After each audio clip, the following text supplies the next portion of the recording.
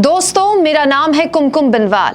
देश की सरकार में पीएमओ के बाद जो सबसे ज्यादा पावरफुल या इंपॉर्टेंट दफ्तर होता है उनमें से एक होता है गृह मंत्रालय। क्यों? क्योंकि ये जो गृह मंत्रालय होता है ना, इस पर सबसे महत्वपूर्ण जिम्मेदारियां होती हैं। जिम्मेदारी देश के अंदर की आंतरिक सुरक्षा की।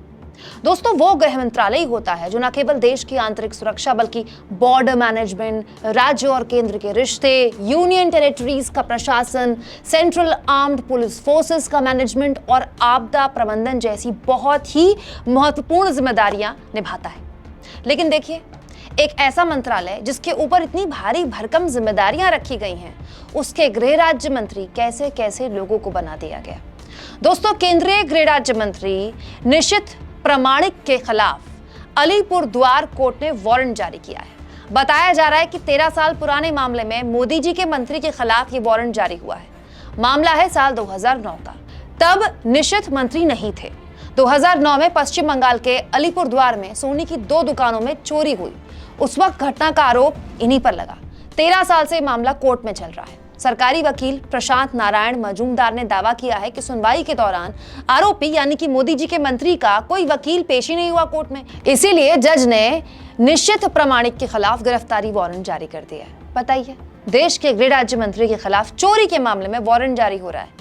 अभी पिछले साल देश के एक और गृह राज्य मंत्री अजय मिश्रा उर्फ टेनी जी के सुपुत्र तब सुर्खियों में आए थे जब उनके सुपुत्र ने थार गाड़ी से बेकसूर किसानों को कुचल दिया था।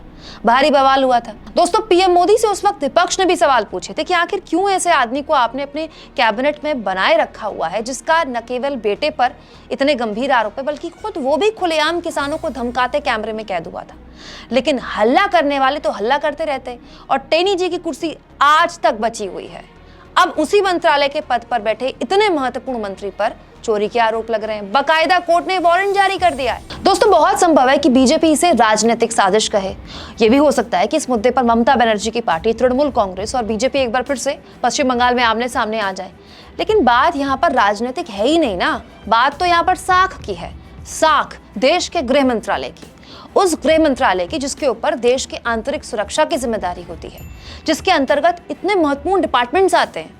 सवाल ये है कि जब किसी को देश का गृह राज्य मंत्री बनाया जाता है तो बस क्या उसकी राजनीतिक हैसियत देखी जाती है या फिर ये देखा जाता है कि वो किस राज्य से आता है, उस राज्य में उस पार्टी के क्या भविष्य में प्लान्स हैं, या फिर ये देखा जाता है कि गृह राज्य मंत्री जिसे बनाया जा रहा है उसकी हिस्ट्री क्या है, क्या वो चेक किया जाता है कभी? भारत सरकार के गृह राज्य मंत्री के खिलाफ वारंट जारी हो जाना क्या देश की साख के लिए सही है? आखिर क्यों गंभीर आरोप लगने के बाद भी मोदी जी के मंत्रिमंडल से ऐसे लोगों की छुट्टी नहीं होती? कमेंट बॉक्स पर अपनी राय जरूर दें। और दोस्तों, हमारे चैनल को ज्वाइन भी करें, सब्सक्राइब भी करें। और अब यूट्यूब ने हमें थैंक्स का भी ऑप्शन दे दिया, जिसके जरिए आप हर वीडियो में जितना चाहें उतना सपोर्ट हमारे फ्री जर्नलिज्म को कर सकते हैं।